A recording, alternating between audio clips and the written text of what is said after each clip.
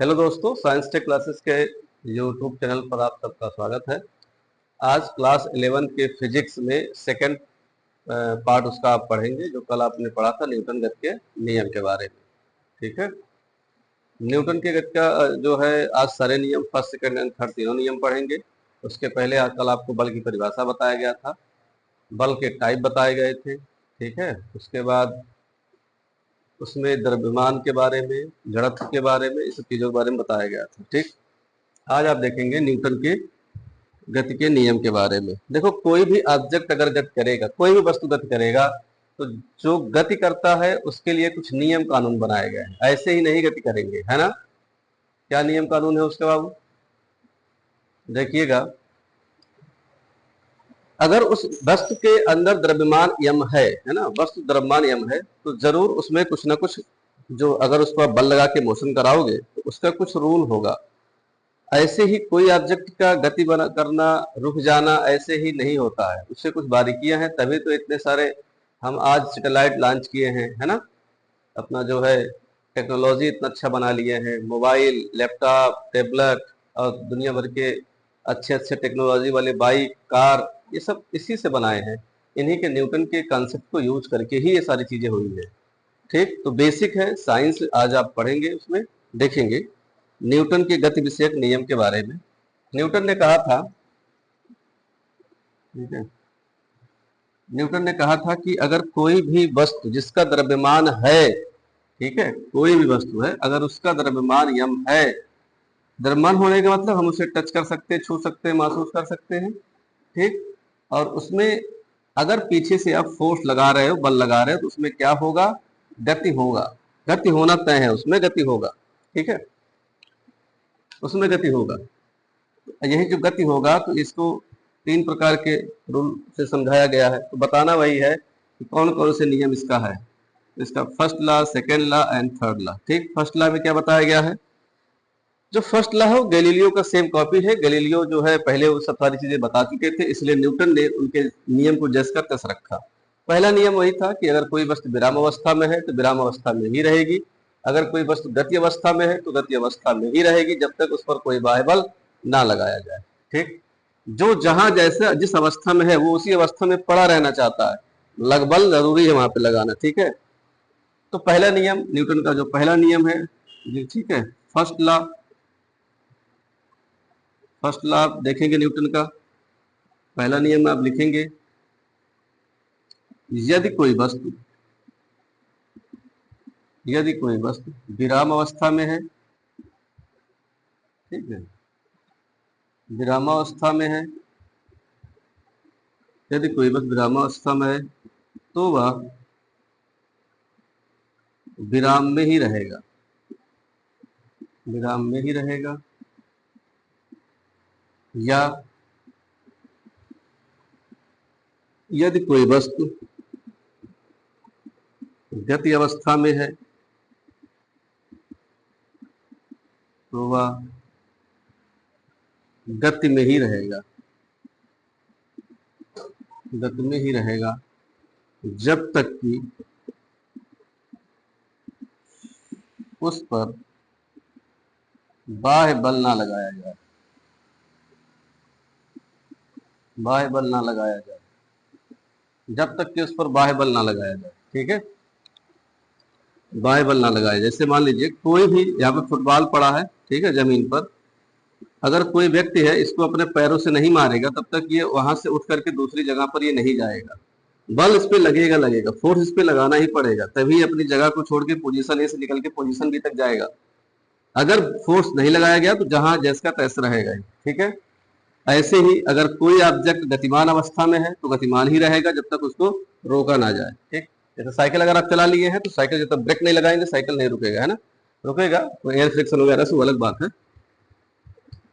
चलिए, हम तो कांस्टेंट को लेके चलते हैं, नियम को लेके चलते हैं। ये पहला नियम था इनका, यही कि अगर कोई वस्तु विराम अवस्था में है तो विराम में ही रहेगा, अगर कोई वस्तु गतिमान अवस्था में है तो गतिमान ही रहेगा, जब तक उस पर कोई बाह्य बल ना लगाया जाए। ठीक है,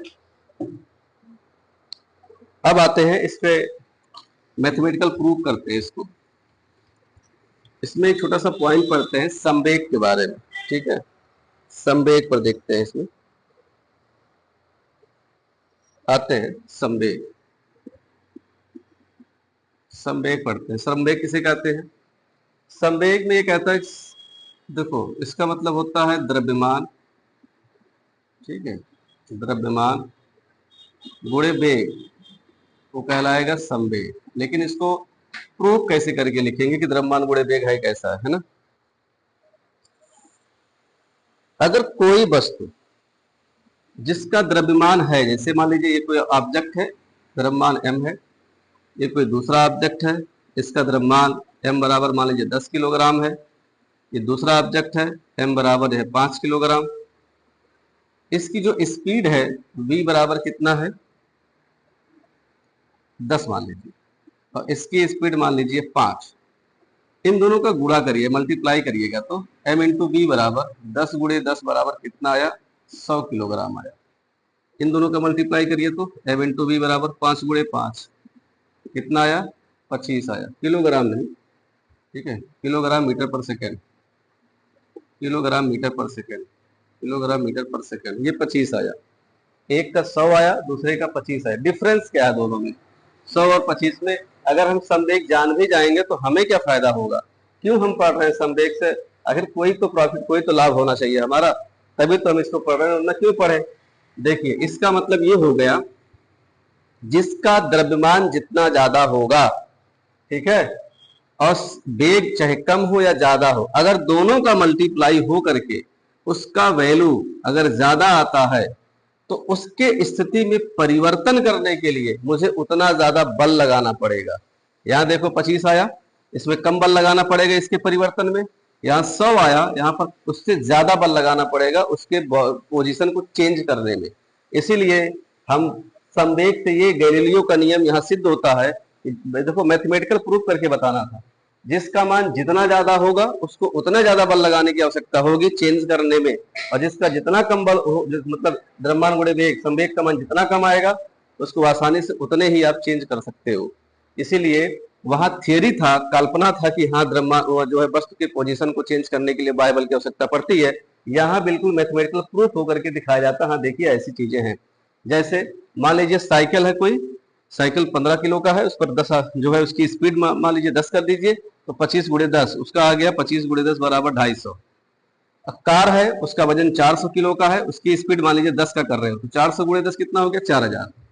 तो कार को आगे पीछे करने में, धक्का लगाने में, बाह्य बल से कुछ भी उसको पोजीशन को चेंज करने में आपको 4000 आपको वहां की बल फोर्स की जरूरत पड़ेगी, और यहाँ 250 की फोर्स की जरूरत पड़ेगी। इसका मतलब ये है कि जो साइकिल होगा हल्का होगा, जिसका द्रव्यमान गुणे वेग कम आएगा, आसानी से हम उसको चेंज कर सकते हैं। जिसका द्रव्यमान गुणे वेग ज्यादा आएगा उसको हम ज्यादा बल फोर्स लगा के चेंजिंग हमें जरूरत पड़ती है, इसीलिए इसको पढ़ा गया। ठीक, अब यहाँ पर एक पॉइंट आता है द्रव्यमान गुणे वेग का, ठीक है, लिखा जाएगा स्पेशल कंडीशन, विशेष स्थितियां। इसमें भी कुछ पोजीशन आएगा, विशेष स्थितियां। विशेष स्थितियां क्या हो सकती है भाई? विशेष स्थितियां क्या हो सकती है? जैसे किसी का द्रव्यमान मान लीजिए m बराबर 5 किलोग्राम है, उसका स्पीड जो है वेलोसिटी हो जाए 100। किसका द्रव्यमान m बराबर कितना है? m बराबर कितना है? मान लीजिए 100 किलोग्राम, और उसका वेग हो गया 4। इन दोनों गुणा करिए, जो हल्का वस्तु है 500 आया, जो भारी वस्तु है 400 आया। अब बताओ, वजन ज्यादा होने का कोई फायदा नहीं हुआ, क्योंकि इसका टोटल वैल्यू कितना आया? 400। और इन दोनों को देखो, भले वजन कम है, स्पीड ज्यादा, इसकी वैल्यू 500।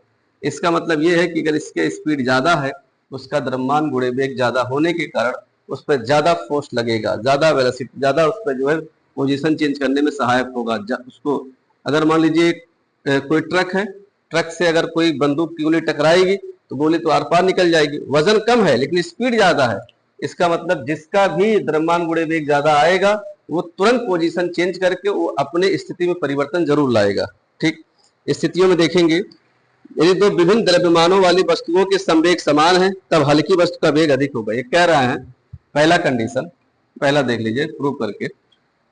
यदि दो विभिन्न द्रव्यमानों वाली वस्तु, कह रहा है कि अगर आपके पास दो अलग अलग द्रव्यमान वाली वस्तु है, दो अलग अलग द्रव्यमान वाली वस्तु है, दो अलग अलग द्रव्यमान वाली वस्तु है, ठीक है, और इनके संवेग समान है।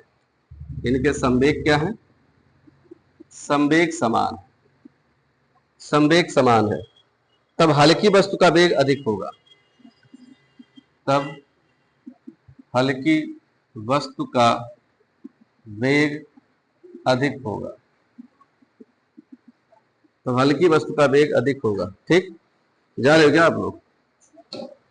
ठीक, हल्की वस्तु का वेग अधिक होगा। जैसे दो अलग अलग द्रव्यमान m1 है, एक m2 है, ठीक है, लेकिन उनका संवेग समान है। संवेग मतलब संवेग को p अक्षर से शो करते हैं, ठीक है, p से शो करते हैं। मान लीजिए P1 P2, कह रहा है ये दोनों आपस में बराबर हैं, P1 बराबर P2 है, तब हल्की वस्तु का वेग अधिक होगा। ये बात देखो, m1 m2 अलग अलग है, अगर इसका वेग v1 है, इसका वेग v2 है, तो दोनों का जो मल्टीप्लाई होगा वो p1 के बराबर, इन दोनों का मल्टीप्लाई p2 के बराबर।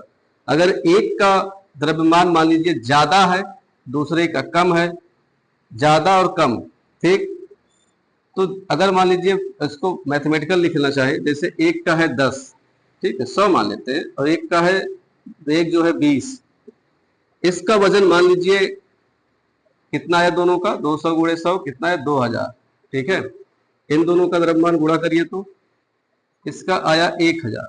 वजन, स्पीड कितना है, 2 की स्पीड में चल रहा मीटर पर सेकंड, गुणा करिए कितना आ गया, 2000 मीटर पर सेकंड, ठीक है, दोनों बराबर है। अगर उसका वजन अगर कम है तो वेलोसिटी का मान ज्यादा होगा, अगर इसका वजन ज्यादा है तो वेलोसिटी का मान कम होगा, तभी दोनों का मल्टीप्लाई होकर के P1 P2 आपस में क्या आएंगे, बराबर आएंगे। जैसे ही दोनों आपस में बराबर होंगे, संवेग आपस में बराबर होगा। यही बता रहा है कि अगर द्रव्यमान ज्यादा होगा तो स्पीड कम होगी, द्रव्यमान कम होगा तो स्पीड ज्यादा होगा। ठीक, तो इसका मतलब यह हुआ बाबू कि V प्रोपोर्शनल टू 1/m, द्रव्यमान का मान क्या है, ज्यादा है तो वेलोसिटी कम होगा, यूनिवर्सली प्रोपोर्शनल होगा। तो ग्राफ कैसे बनेगा इनका, अगर ग्राफ इन दोनों का खींचेंगे तो एक तरफ हो जाएगा द्रव्यमान m, एक तरफ हो जाएगा वेलोसिटी v, ठीक है। यूनिवर्सली ग्राफ है तो यूनिवर्सली ग्राफ ऐसे बनता है, यूनिवर्सली प्रोपोर्शनल, ठीक है, यूनिवर्सली ग्राफ ऐसे बनता है। आप इसका मान ऐसे करते जाना, ग्राफ आपको मिलेगा, वैल्यू रख लेना 10, 5, 15 ऐसे कुछ भी करके, ठीक। इसका ग्राफ ऐसे यूनिवर्सल, जहां इस तरह के ग्राफ आपको मिले, ठीक है, संवेग का, समझ जाना ये v प्रोपोर्शनल टू 1/m की बात कर रहा है। चलो दूसरा पॉइंट इसमें लिखते हैं, दूसरी स्थितियां वो क्या है,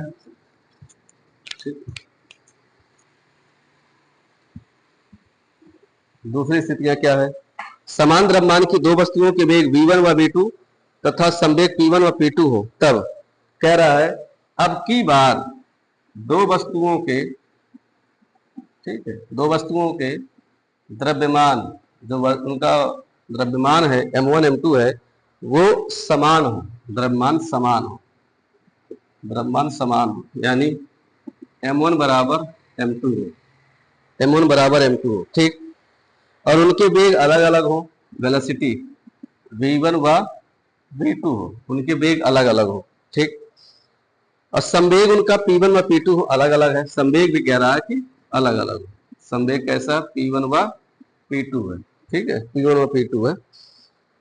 तब कह रहा है क्या कंडीशन होगा, तो ठीक है देखना, P1 अपान P2 बराबर mv1 अपान mv2, क्योंकि द्रव्यमान समान है आपस में कट जाएगा, v1 अपान v2, ठीक। इसका मतलब जितना वेलोसिटी होगा उतना संवेग होगा, जितना वेलोसिटी होगा उतना संवेग होगा, ठीक। इसके बीच में ग्राफ हम खींचेंगे, एक तरफ होगा वेलोसिटी v, एक तरफ होगा संवेग p, ठीक है। इसका बीच में अगर हम ग्राफ खींचेंगे, क्योंकि देखो बिल्कुल इसके प्रोपोर्शनल है, इसके प्रोपोर्शनल है, कहीं भी कोई भी वैल्यू अगर प्रोपोर्शनल होता है, इसका मतलब है अगर इसका मान बढ़ेगा तो इसका भी मान बढ़ेगा, इसका मान घटेगा तो इसका भी मान घटेगा, यानी इन दोनों के बीच में बिल्कुल एक सीधी रेखा मिलेगा, स्ट्रेट लाइन मिलेगा, ठीक है, जहां पर ये क्लियर है कि m क्या है, m नियत है, m कांस्टेंट है, ठीक है, m नियत है। तो अगर दोनों वस्तुओं के द्रव्यमान समान है, वेग अलग अलग है, तो वहां पर आपको इस तरह से स्ट्रेट लाइन में ग्राफ मिलेगा।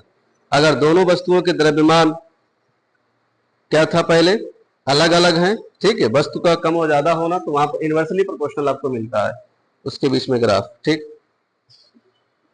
चलिए भाई सवाल एक देखेंगे, इसमें क्या कह रहा है। 5 किलोग्राम द्रव्यमान का एक पत्थर, देखेंगे कह रहा है 5 किलोग्राम द्रव्यमान का एक पत्थर, ठीक है, एक पत्थर 10 मीटर प्रति सेकंड के वेग से लुढ़क रहा है। ये क्वेश्चन है, 10 मीटर प्रति सेकंड के वेग से लुढ़क रहा है, प्रति सेकंड के वेग से लुढ़क रहा है। पत्थर का संवेग ज्ञात कीजिए। पत्थर का संवेग ज्ञात कीजिए। पत्थर का संवेग ज्ञात कीजिए। ठीक है, अभी आप लिखें संवेग यानी कि P बराबर द्रव्यमान गुणे वेग, m इंटू वी। द्रव्यमान कितना दिया है 5 किलोग्राम, किसका मान है m का मान, तो हो गया 5। 10 मीटर पर सेकेंड, वेग कितना आया 50 किलोग्राम मीटर पर सेकेंड, P बराबर, ठीक है, ये रहा इसका आंसर। बहुत आसान है, द्रव्यमान गुणे वेग करके लगाएंगे आ जाएगा। ठीक है, अब बात करते हैं न्यूटन के गति के द्वितीय नियम के बारे में। पहला नियम यही था, ये वास्तव में जो गैलीलियो का नियम था वो इसी पर डिपेंड था कि अगर आप किसी भी ऑब्जेक्ट पर बाहर से बल लगा रहे हैं, फोर्स लगा रहे हैं, वो अपनी स्थिति को तभी बदलेगा ना जब उसमें बल लगेगा। ये क्यों बदला था, क्योंकि उसके पास खुद का अपना एक डिग्निटी था, एक उसकी अस्तित्व था, वैल्यू था, द्रव्यमान था। फोर्स लगाओगे उसका वेग होगा, तो द्रव्यमान गुणे वेग मिला संवेग, इसलिए संवेग जानना जरूरी था। संवेग नहीं जानते तो पहला नियम थोड़ी डिस्क्राइब होता। ठीक है, अब बात आते हैं, अब ये गति कर चुका है, अगर पिंड गति कर चुका है, जैसे गति करेगा उसका वेग समय समय से बदलता जाएगा, और जैसे वेग बदलेगा वेग परिवर्तन होगा v1 minus v2 by T. वेग परिवर्तन की दर को क्या कहते हैं, त्वरण। और द्रव्यमान इसमें मौजूद ही है, और F बाहरी बल आप लगा ही रहे हैं, तो F बराबर m इंटू ए। ये प्रूव करके दिखाना है, ठीक है, संवेग परिवर्तन, ये आपको प्रूव करके दिखाना बाबू। हेडिंग डालेंगे इसमें, कहाँ गया भाई, ठीक है, न्यूटन की गति का द्वितीय नियम। चलिए, न्यूटन की गति का द्वितीय नियम,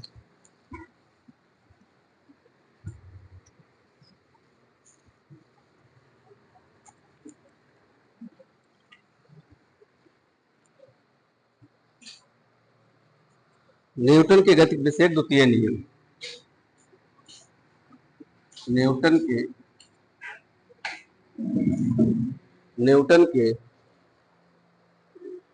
गति विषयक द्वितीय नियम। गति विषयक, नमस्ते, द्वितीय नियम, न्यूटन के गति विषयक द्वितीय नियम। ठीक है, न्यूटन के गति विषयक द्वितीय नियम क्या देखेंगे इसमें। इसमें लिखना पड़ेगा इस नियम के अनुसार, लिखेंगे इस नियम के अनुसार, इस नियम के अनुसार, इस नियम के अनुसार किसी वस्तु पर कार्यरत बल वस्तु के संवेग परिवर्तन के दर के, लिखेंगे किसी वस्तु पर कार्यरत बल, किसी वस्तु पर कार्यरत बल, किसी वस्तु पर कार्यरत बल वस्तु के संवेग परिवर्तन की दर के, वस्तु के संवेग परिवर्तन की दर के, वस्तु के संवेग परिवर्तन की दर के अनुक्रमानुपाती होता है। अनुक्रमानुपाती होता है। इस नियम के अनुसार किसी वस्तु पर कार्यरत बल वस्तु के संवेग परिवर्तन के अनुक्रमानुपाती होता है। अर्थात आप इसको लिख सकते हैं, बल बराबर संवेग परिवर्तन का, बल प्रोपोर्शनल टू संवेग परिवर्तन की दर, संवेग परिवर्तन की दर, ये लिखेंगे बल प्रोपोर्शनल टू संवेग परिवर्तन की दर। क्या होता है, संवेग को किस अक्षर से शो करते हैं, delta p upon delta t. दर मतलब समय, और संवेग परिवर्तन माने डेल्टा पी। डेल्टा पी का मतलब बाबू P2 माइनस P1 और डेल्टा टी का मतलब T2 माइनस T1। बाद का पहले इसको माइनस करेंगे, मिल जाएगा। ठीक है, dp अपॉन dt। ठीक, यहाँ वैल्यू रखेंगे, कौन सा value? F proportional to delta, तो ये है। ठीक है, डेल्टा डेल्टा अगर आप बहुत छोटा करेंगे तो उसका d लिखते हैं, बहुत जब छोटी वैल्यू लिखते हैं तो उसको d लिखते हैं, d बाई डी टी। ठीक है, और डेल्टा हट जाएगा, बहुत छोटी वैल्यू dt। p बराबर होता है द्रव्यमान गुणे वेग। क्या बदलता? डी माने डिफरेंशिएट, जो चीज वैल्यू कर मतलब अपने आप को बदलता रहेगा, वेरी करेगा, डी वही लागू होगा। जो फिक्स हो गया वो नहीं, वहां डी नहीं लागू होगा। एफ प्रोपोर्शनल टू बाबू डी एम का बाहर हो जाएगा, हो जाएगा डीबी अपॉन डी टी। ठीक है, डीबी अपॉन डी टी, ये हो जाएगा डीबी अपॉन डी टी। आप जानते हैं डीबी अपॉन डी टी को कहते हैं वेग परिवर्तन की दर, और वेग परिवर्तन की दर को क्या कहते हैं? वेग परिवर्तन की दर को त्वरण कहते हैं। क्या कहते हैं? त्वरण। त्वरण यानी कि ए। ठीक है, तो हो जाएगा F proportional to m into a. लो, F proportional to m into a, यही लाना था।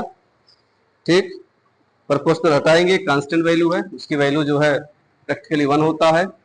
एफ बराबर एम इंटू ए। याद करने का तरीका, फादर बराबर माँ, माता बराबर पिता, पिता बराबर माँ, एफ बराबर एम इंटू ए। त्वरण का मान कोई पूछेगा, त्वरण का मान यही होगा, ए बराबर एफ अपान एम, इसको लिख लेंगे। ठीक है, a equal to F upon m. M का मान पूछेगा, इसको नीचे ले आना, एफ अपान ए। जितने लोग शामिल हैं, 3 लोग शामिल हैं तो 3 फार्मूले बनेंगे, जितने लोग शामिल होंगे उतने फार्मूले बनते हैं। ठीक, यही था। इसमें एक देखेंगे, न्यूमेरिकल देखेंगे सवाल। ठीक है, यही है, इस नियम के अनुसार किसी वस्तु पर कार्य करने वाला बल, जो बल है उसके संवेग परिवर्तन की दर के बराबर होता है। यानी जो बल है एफ है, वो संवेग परिवर्तन delta P upon delta T. P वास्तव में क्या? एम इंटू वी है, एम कांस्टेंट है, बाहर होगा, डी बाई डी टी जो वेरिएबल होगा उसका डिफरेंशिएट होगा, वी अपॉन जैसे डीवी बाई डी टी को वेग परिवर्तन की दर को त्वरण कहते हैं, एम इंटू ये मिल गया। ठीक, यही था संवेग परिवर्तन की दर।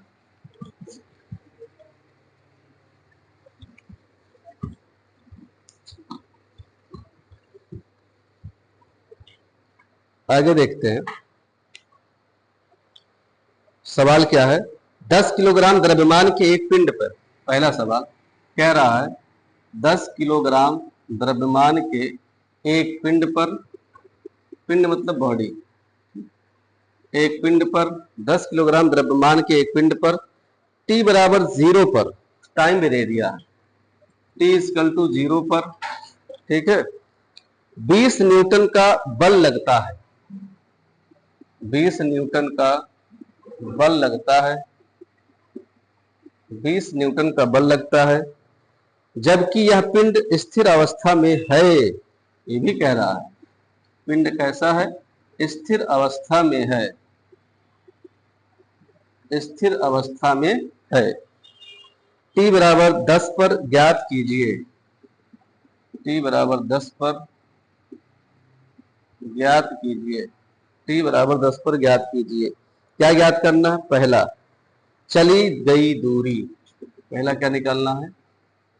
चली गई दूरी। दूसरा क्या निकालना है? पिंड द्वारा प्राप्त वेग, पिंड द्वारा प्राप्त वेग, पिंड द्वारा प्राप्त वेग। ठीक है, जो दिया है उसको लिख लेंगे पहले, सॉल्व इसको कैसे करेंगे। जो दिया लिखिए, 10 किलोग्राम द्रव्यमान का एक पिंड है, ये रहा पिंड, इसका वजन बना लो, m बराबर 10 किलोग्राम इसका दिया द्रव्यमान, t बराबर 0 पर 20 न्यूटन का बल लगता है, इसके ऊपर से बल कितना लग रहा है? f बराबर 20 न्यूटन का बल लग रहा है। ठीक है, और ये स्थिर अवस्था में है, स्थिर अवस्था में है तो पूछ क्या रहा है? चली गई दूरी बताइए। ठीक, पहले इसका क्या निकाल लेंगे? त्वरण भी निकाल लीजिए। चलिए, a बराबर क्या होता है? f अपान m, f का मान 20 और m का मान 10, निकाल लीजिए, कितना आया? 2 मीटर पर सेकेंड स्क्वायर आ गया। एफ मिल गया, एम मिल गया, ए मिल गया। अब जो पूछ रहा हो उसको देखिए। पहला, चली गई दूरी, ठीक, पहले पा जाओ।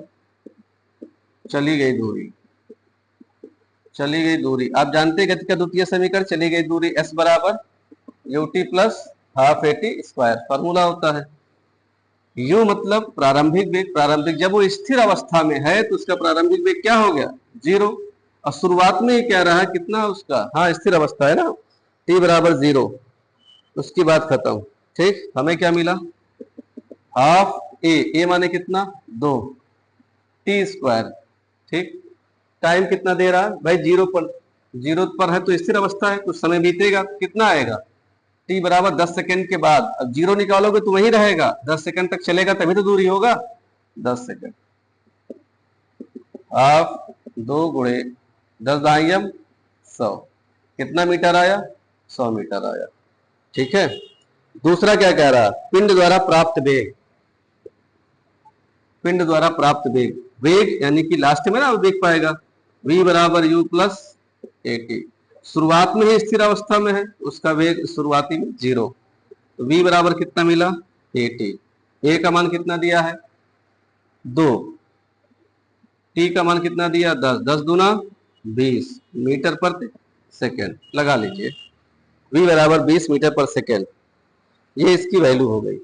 सवाल कोई भी दिया रहे इस तरह के, अगर न्यूटन का चाहे प्रथम नियम, द्वितीय नियम, तृतीय नियम, सबसे पहले आप F बराबर m×a इसी फार्मूले से a का मान निकालिएगा। तीनों आपको पता होना चाहिए, जरूर निकालना तीनों। उसके बाद कुछ भी पूछे, आप गति का प्रथम समीकरण, द्वितीय समीकरण, तृतीय समीकरण ये भी लिख लीजिए। गति का प्रथम समीकरण, गति का प्रथम समीकरण क्या होता है, गति का प्रथम समीकरण v बराबर u प्लस at। ठीक है, दूसरा s यानी दूरी, चाहे s लिखो चाहे हाइट h लिखो, ut plus half at square. तीसरा लिख लीजिए v स्क्वायर बराबर u square plus 2a s। इसका मतलब मान लीजिए कोई कार है, ये आगे की दिशा में चल रहा है, इसका वजन m है, पीछे की ओर बल F लग रहा है, इसका त्वरण a है, और पोजीशन ये ए पर है। कुछ समय के बाद ये पोजीशन कहाँ पे चला जाता है, कार पोजीशन बी पे चला आता है। तो वहां पर जैसे पोजीशन बी पे जाएगा, उस कंडीशन में इसके बीच की दूरी होगी यस, इसी यस का मान पूछ रहा है। शुरुआत में इसका वेग यू, बाद में इसका वेग वी, अंतिम वेग यहां लिख लेना, यू बराबर प्रारंभिक वेग, वी बराबर अंतिम वेग। ठीक है, ए बराबर त्वरण, स्पीड उसका बदलता रहेगा, टी इक्वल टू टाइम समय, एस बराबर दूरी, यही है, 3-4 चीजें हैं, 2-3-5 चीजें हैं, इसी को करके आप बना सकते हो इक्वेशन। v बराबर u प्लस एटी, अंतिम वेग बराबर प्रारंभिक वेग, और एटी लिखना है दूरी, ut plus half eighty square, v square बराबर u स्क्वायर प्लस 2a। इसी इक्वेशन का इस्तेमाल करके इससे सवालों को लगाया जाएगा। ठीक, न्यूमेरिकल को। अब इसमें एक सवाल आएगा, थोड़ा सा अच्छा सवाल है, जो इसमें से 2-3 इक्वेशन को, तीनों इक्वेशन को लगभग यूज करके बताया जाएगा। ठीक है, इसको लिख लीजिए, चली गई दूरी। ठीक, चलिए एक न्यूमेरिकल और बताते हैं।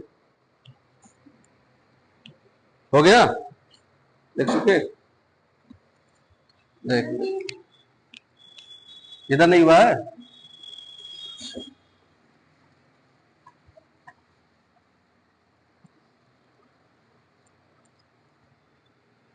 देखते हैं।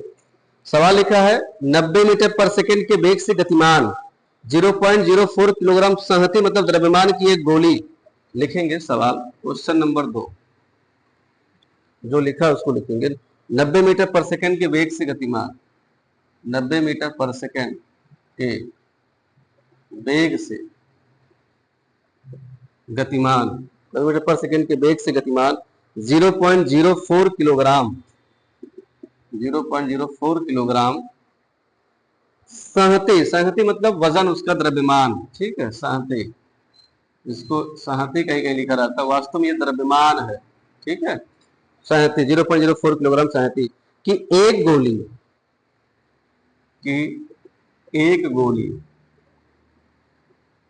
एक गोली कहां जा रहा है, लकड़ी के एक भारी गुटके में,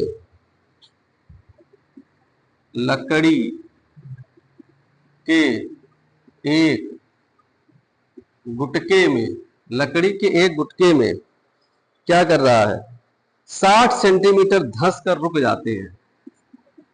60 सेंटीमीटर धंस कर रुक जाती है। 60 सेंटीमीटर धंस कर रुक जाती है। लकड़ी के गुटके द्वारा गोली पर आरोपित, लकड़ी के गुटके द्वारा, गुटके, लकड़ी के गुटके द्वारा गोली पर आरोपित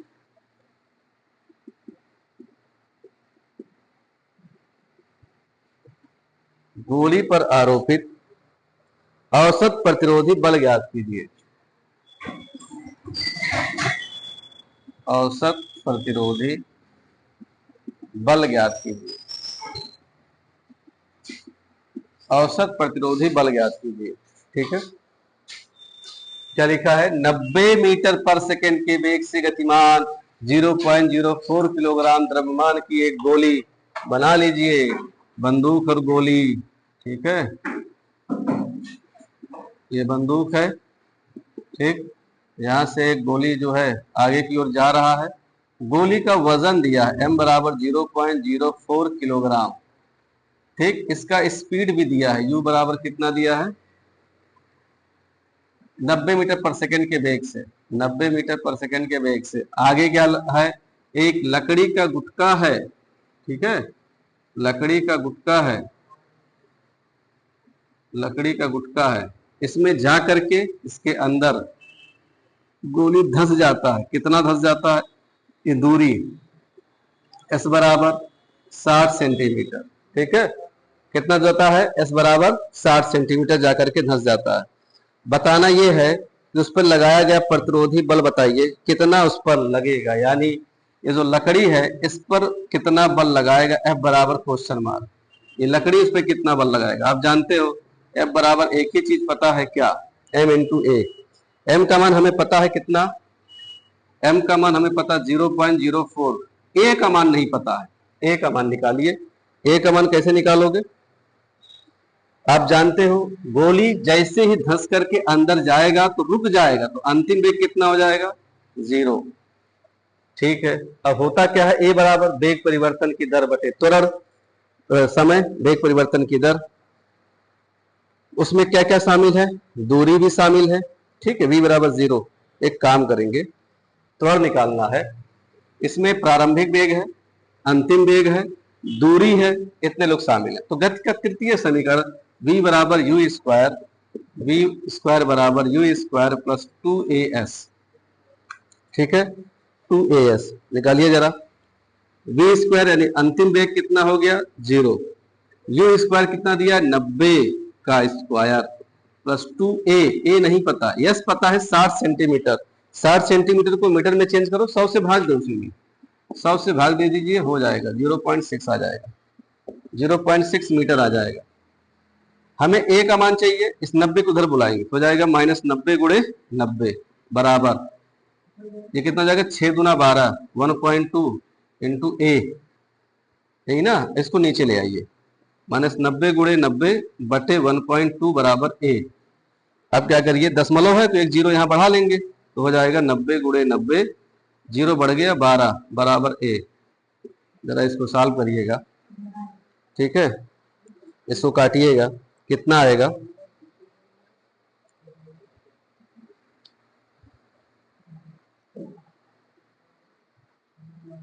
ठीक है, 3 चौक के 12, 3 त्रिका 9, 300। तो ए बराबर -90 गुणे, ठीक है,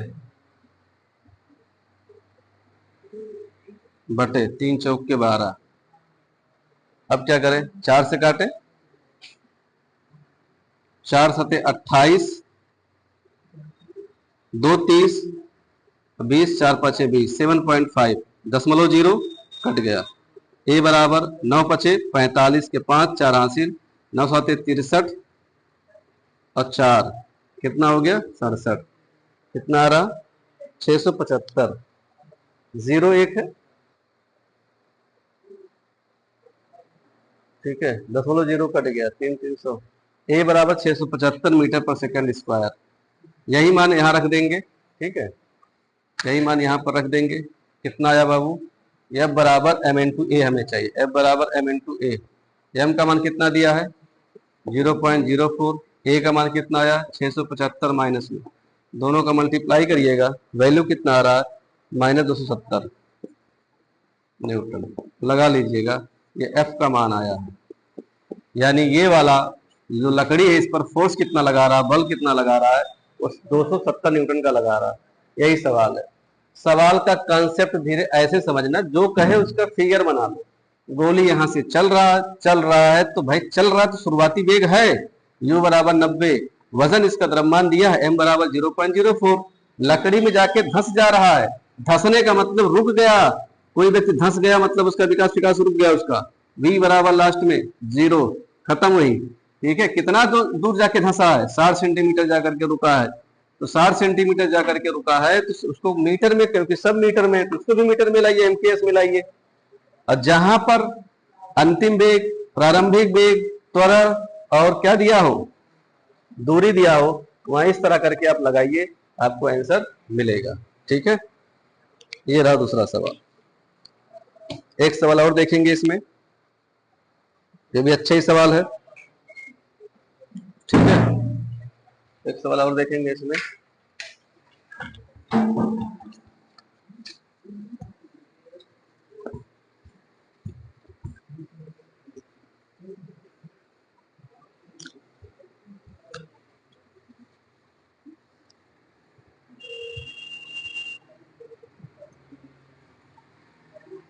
क्या दिया है? क्रिकेट का एक मैच हो रहा है। क्रिकेट के एक मैच में एक गेंदबाज 50 मीटर पर सेकंड के वेग से, ठीक है, क्रिकेट के एक मैच में, सवाल देखेंगे, क्रिकेट के एक मैच में, क्रिकेट के एक मैच में, क्रिकेट के एक मैच में एक गेंदबाज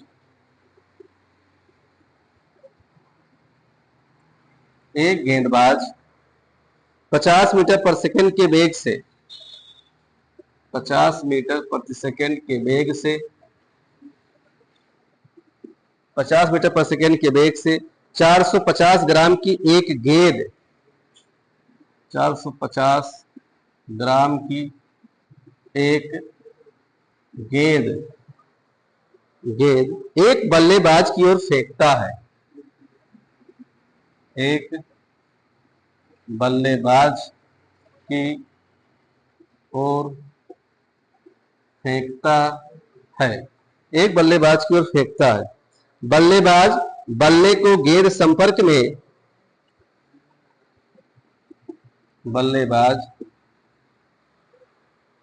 बल्ले का गेंद के संपर्क में,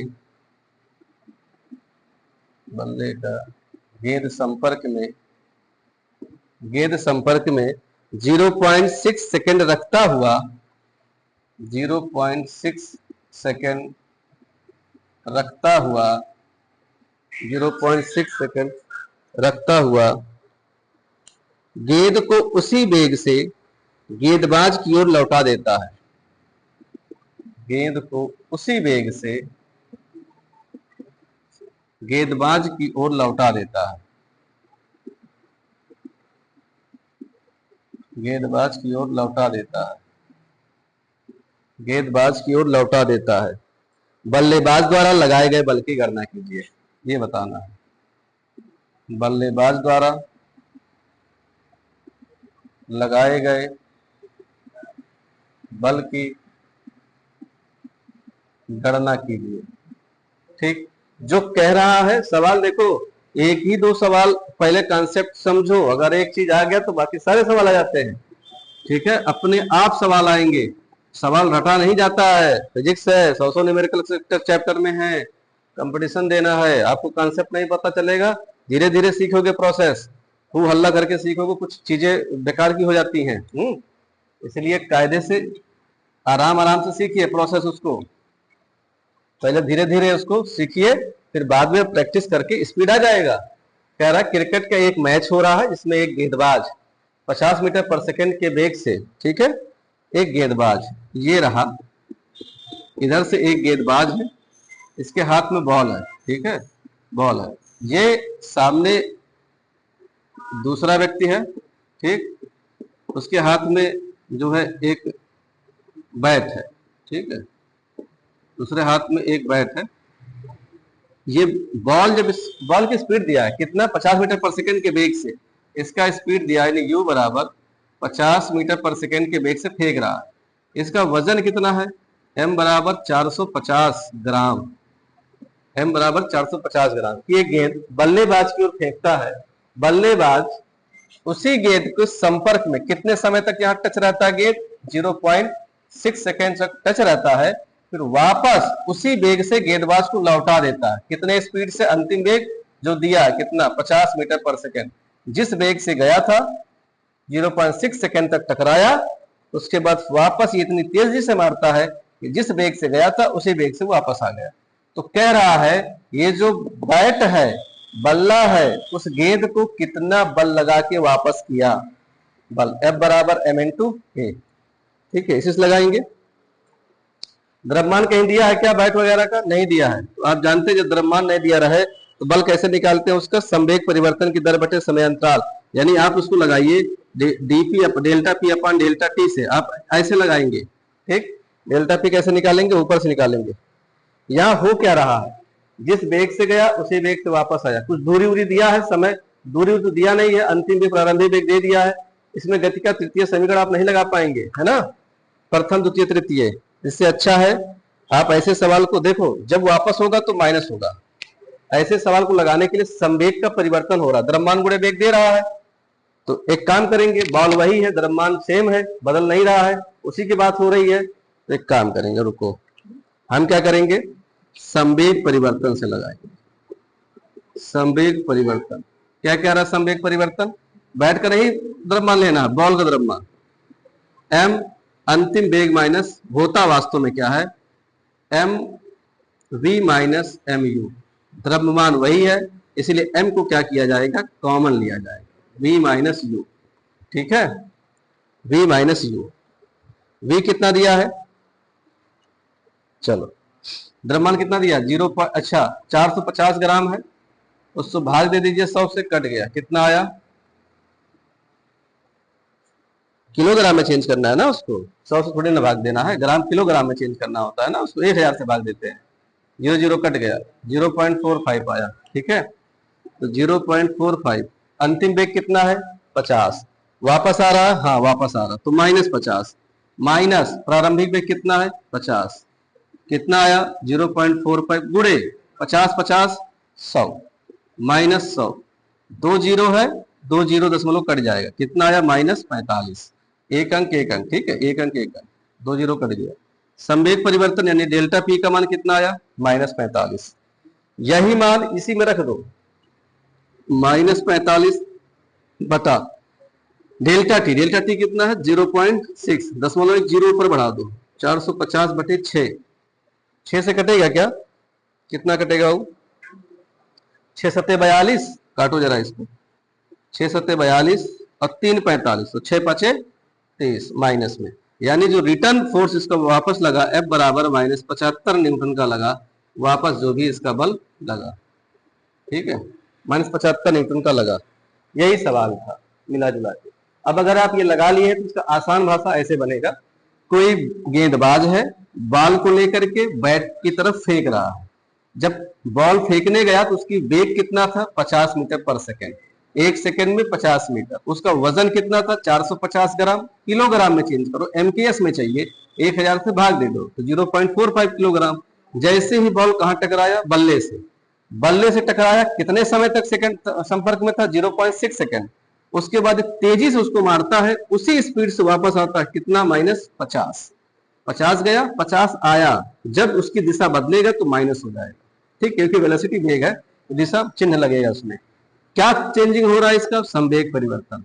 संवेग परिवर्तन होता है P2 माइनस P1, P2 मतलब M1 V1 M2 V2, M common है तो इसलिए भी अंतिम वेग माइनस प्रारंभिक वेग, ठीक है, M का मान दिया है, वापस आ रहा -50, गया था 50, फार्मूले में माइनस, जोड़िएगा दोनों जीरो कटेगा, यही सेम मान जितना फोर्स रिटर्न किया था dp अपॉन dt डेल्टा में यहाँ रख देंगे 45/0.6, 0 यहाँ बढ़ जाएगा, काट के ये आंसर आ गया। यही सवाल था, कुछ भी कठिन नहीं है। ये मत देखो कि 4-5 लाइन का सवाल है तो कठिन है, कुछ नहीं है। फिगर बनाइए, चीजें देखिए, 2-3 बार लगाएंगे, प्रैक्टिस अपने आप आ जाएगा। ठीक है, आज के लिए इतना ही रखते हैं। इसके बाद द्वितीय नियम, न्यूटन का जो द्वितीय नियम है उससे प्रथम नियम का सत्यापन करेंगे, और एक टॉपिक छोटा सा आवेग के बारे में, आवेग पढ़ेंगे। उसके बाद आवेग और संवेग में संबंध पढ़ेंगे। फिर लास्ट में आ जाएगा न्यूटन का तृतीय नियम। ठीक है दोस्तों, इस वीडियो को अपने जितने भी क्लास 11-12 जो भी तैयारी करने वाले हैं या जो भी एकेडमिक में कक्षा 11-12 में पढ़ रहे हैं उनके पास शेयर करिएगा। ठीक है, आज के लिए इतना ही। जय।